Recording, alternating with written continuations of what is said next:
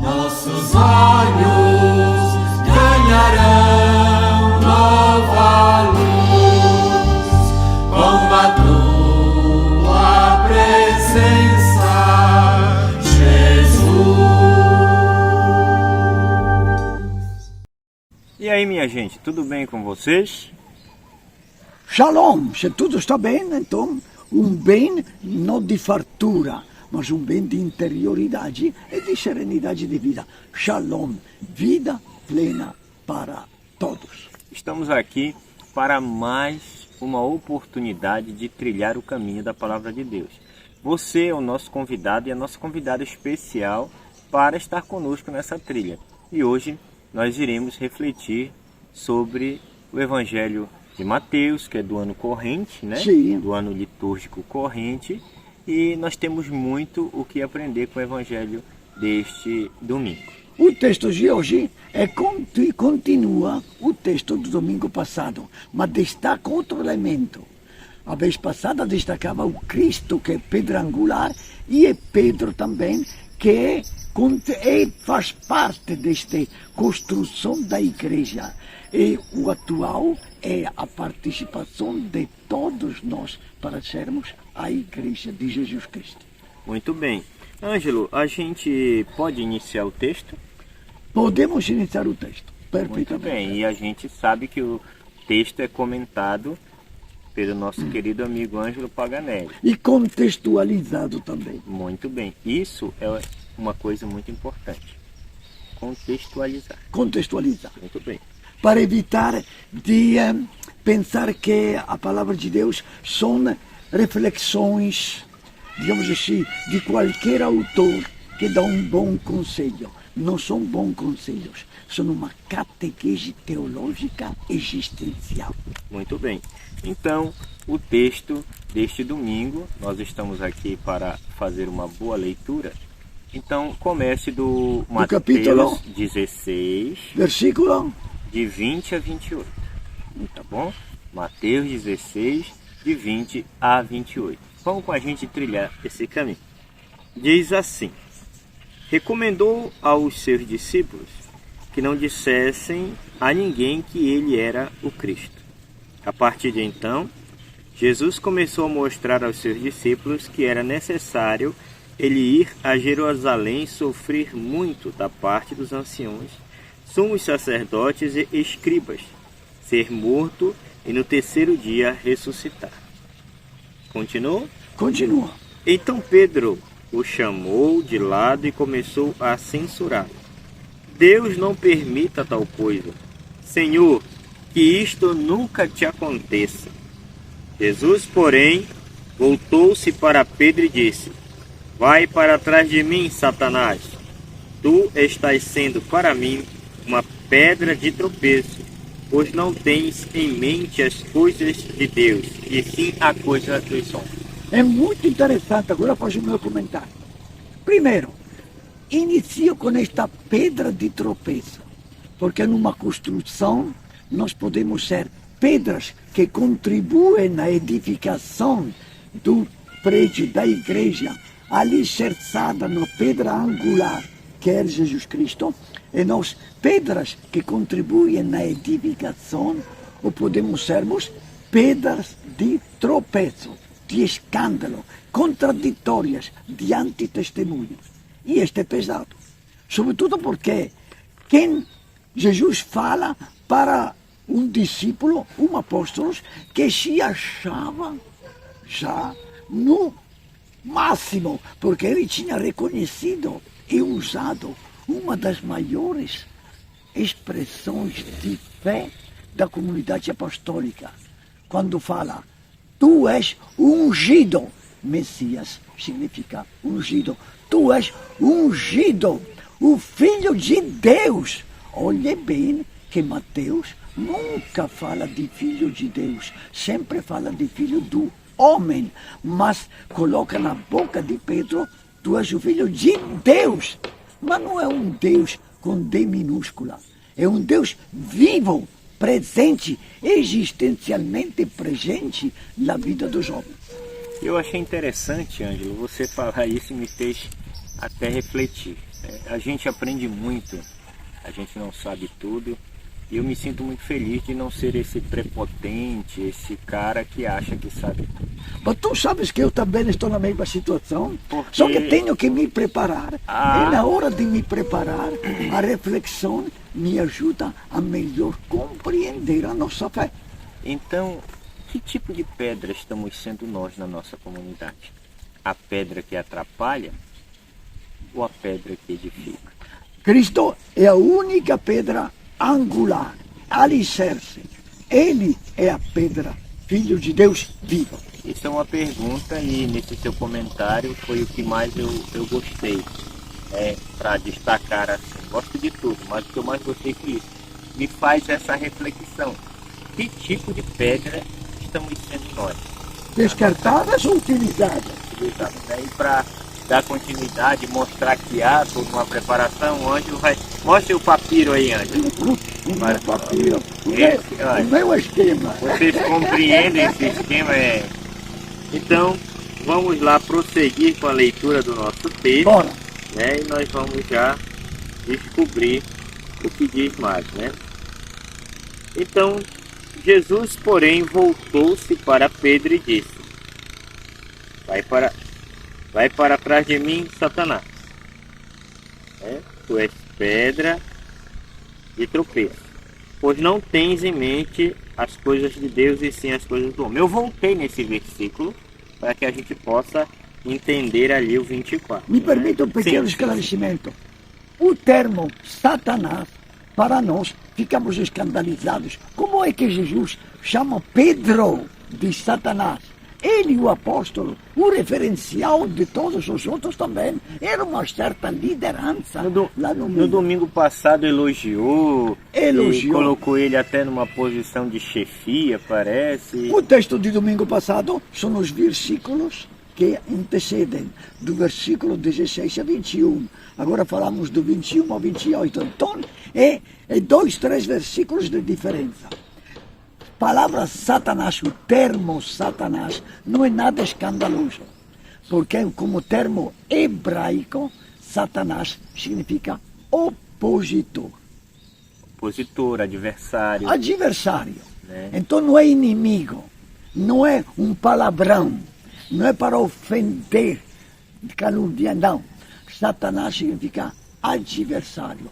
Alguém que atrapalha o caminho de Jesus Cristo, o projeto de amor do Pai, que inclui a cruz.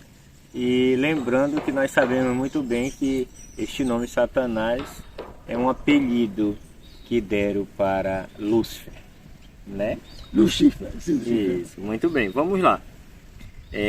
Então Jesus disse aos seus discípulos: Se alguém quer vir após mim, renuncie a si mesmo, tome sua cruz e siga-me.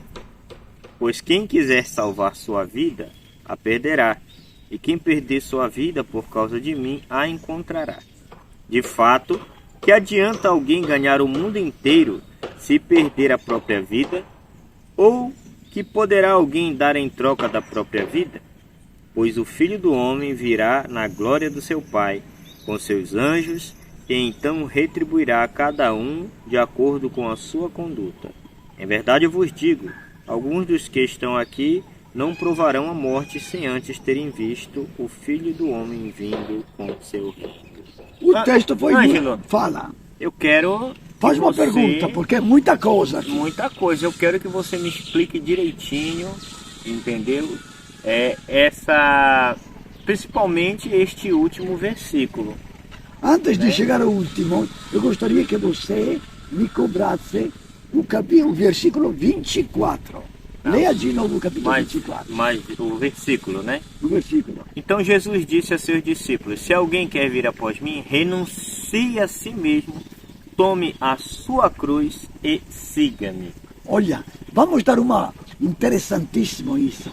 Se nos versículos anteriores Jesus Cristo destaca que ele é a pedra, como fala Paulo na carta aos Efésios 2:20, Paulo afirma que Cristo Jesus é a pedra angular. Nós então somos pedras de construção, aquele tijolo que a gente usa para construir. Então, se não prestamos como tijolo, viramos pedregulho inútil. Então tem que ser jogado fora, porque você não usa um tijolo quebrado ou quebradiço para fazer uma construção. Nós temos que sermos pedras de construção. Nós somos pedra angular de alicerce, mas de construção. Agora, para sermos isso, são necessárias 3 coisas. Repita, quais? Renunciar A si mesmo. a si mesmo. Segundo, Tomar a cruz. tomar a cruz do sofrimento, das dificuldades e dos problemas. Que mais? Seguir Seguir. Jesus. Para seguir, tem que levantar e caminhar. Não posso tomar a cruz e me deixar Jogado. jogado pela cruz. Não, a cruz faz parte da vida. E Jesus não se assustou com este, não chamo destino, não, com esta missão da cruz. A cruz tem que ser uma missão que você assume para caminhar e carregar a cruz neste caminho de testemunha e de construtor do reino de Deus. Então, olha bem, tudo isso em uma palavra. Nós somos discípulos. É o famoso discipulado de Jesus. Ele é o mestre. Todos nós somos discípulos. Muito bem.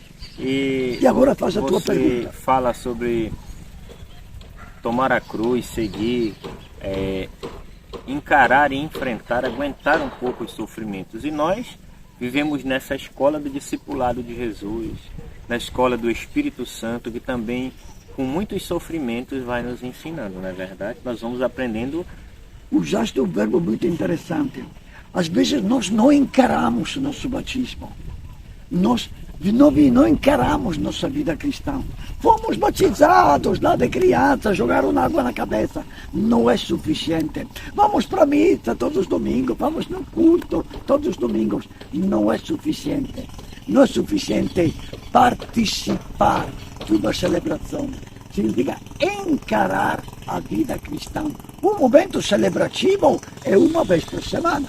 Celebrarmos juntos o mistério de Jesus Cristo. Mas a vivência tem que ser a nossa maneira de encarar no dia a dia os diferentes momentos da nossa vida cotidiana. Isso mesmo. Então, Ângelo, agora você poderia destacar para nós algumas cruzes que o cristão enfrenta? Você Sim. consegue se lembrar agora? Primeiro, nesse momento? não, eu acho que podemos até refletirmos juntos. Uma cruz é cair na monotonia do cotidiano. Tá, a minha família é família de bem, a minha família são todos batizados, a minha família são todos cristãos, vivemos num mundo cristãos, mas a nossa cabeça é cristã. Os nossos valores são cristãos ou capitalistas, ou consumistas, ou corremos atrás dos prazeres da vida, aqueles mais... Ou nós vivemos como cristãos por amor que se coloca a serviço do irmão, imitando o projeto de amor do Pai. Deus é amor, e se Deus é amor, os dois elementos, amar a Deus e amar o próximo, de forma de serviço fraternal. Não é um serviço de escravo, não é um serviço de obrigação, de massacre, de falta de respeito. Um serviço de conviver como irmãos, não somente na hora da celebração, mas na vida cotidiana. Muito bem. Este é como alicerce. Isso. Cada um tem sua cruz particular. Fala agora você um né? exemplo. A cruz particular. Você falou em família de bem. Muitas vezes, Ângelo, no seguimento de Cristo, a família, ela acaba sendo uma cruz, uma pedra de tropeço. Hoje em dia, muitas vezes, a família, hoje em dia, neste contexto social, a família, muitas vezes. Por quê? Muitas vezes, uma família, como falava o padre Zezinho, começa como Icum. acidentes. De repente, o cara se apaixona. Apaixonar não é necessariamente amar. Apaixonado, sexualmente apaixonado, emocionalmente apaixonado, não é suficiente para formar uma família profundamente cristã. O amor, a atração física, a dimensão da sexualidade tem que ser vivenciada, vivida e valorizada como expressão de amor. Não pode ser simplesmente até que eu goste de você, fico contigo, depois me separo. E infelizmente, me parece que muitas vezes acontece na vida da comunidade cristã, de muitos cristãos que somos, que estamos juntos por conveniência, ou pelo fato de termos casado, mas que o amor já desapareceu. E se desaparece o amor entre pai e mãe, entre casal, provavelmente o amor familiar também esvanece. E se esvanece o amor familiar, também nas relações interfamiliares, comunitárias, tem uma certa conveniência de estarmos juntos, mas não tem uma profunda solidariedade e respeito do outro. Muito bem. Então agora, Ângelo, eu quero que você fale sobre o versículo 28. Vamos lá. Em verdade vos digo, alguns dos que estão aqui não provarão a morte se antes terem visto o Filho do Homem vindo com o seu reino. O que você compreende e partilha conosco? No contexto histórico de Mateus, percebemos que era um contexto de perseguição. Então, quando Mateus escreve, lá nos anos 80, 85, 90, então 50 anos depois da morte de Jesus Cristo, já tinha acontecido muitas mortes naturais e muitas mortes de martírio. O próprio Tiago tinha sido morto, Pedro tinha sido assassinado em Roma, Paulo tinha sido morto. Quantos os judeus tinham sido também, os judeus mataram e encarceraram e levaram a Deus por a morte, por se opor ao judaísmo oficial. O próprio judaísmo oficial tinha sido acabado com a destruição do templo, dos sacerdotes e tudo lá em Jerusalém. Então, naquele contexto escatológico de fim do mundo, digamos assim, do fim do mundo, não esqueça que no ano 70, lá na Itália, o vulcão, aquela montanha, aquele Vesúvio que chama lá, de Nápoles, e fez uma erupção danada. Então era a impressão do fim do mundo, dos anos 70. Nós não pensamos isso, mas tu imagina, neste contexto de vulcão que explode, de perseguição do templo, e depois do judaísmo, perseguição do Império Romano, o fim do mundo parecia o que João depois fala no Apocalipse. Estamos vivendo momentos de prova. E então, nestes momentos de prova, alguns já tinham morrido, naturalmente, ou por perseguição, mas que eles esperavam que a chegada do reino de Deus acontecesse em poucos tempos. Na primeira carta aos Tessalonicenses, dá para entender que a pregação de Paulo aos Tessalonicenses, lá para os anos 50, dava a impressão que o fim do mundo deveria aparecer com 5, 10, 15 anos. Na segunda carta aos Tessalonicenses, que não é de Paulo, mas de discípulos de Paulo, muda o tom. Os escritores, as lideranças que Paulo deixou, falam do fim do mundo jamais posterior, deixado que então não podemos esperar o fim do mundo já, temos que assumir a realidade presente e viver o testemunho cristão. Está vendo o que aconteceu nas cartas de Paulo, que são anteriores ao Evangelho de Mateus? A iminência do fim do mundo e depois uma recompreensão do fim do mundo posterior nas mãos de Deus. acontece também no Evangelho de Mateus, neste trecho, de uma compreensão imediata do fim do mundo, talvez imediatista do fim do mundo, a uma compreensão mais providencial. Deus sabe. Vamos deixar a Deus os tempos dele para o fim do mundo. Muito bem, gostei e eu espero que você esteja gostando. Dá um like, curte, nós não estamos caçando, né, likes nem curtidas, tal, é a mesma coisa, né? Mas nós queremos que esse programa, essa breve conversa, ela chegue a mais pessoas. Que é uma forma de missionária, de evangelização para nós primeiros que temos que nos preparar, para vocês que nos escutam e para todos nós que divulgamos e vivemos a palavra de Deus. Muito bem, então Ângelo, por hoje é só? Tá bom? É só? Não, por enquanto. Muito bem, mas eu vou aqui me comprometer com vocês, né?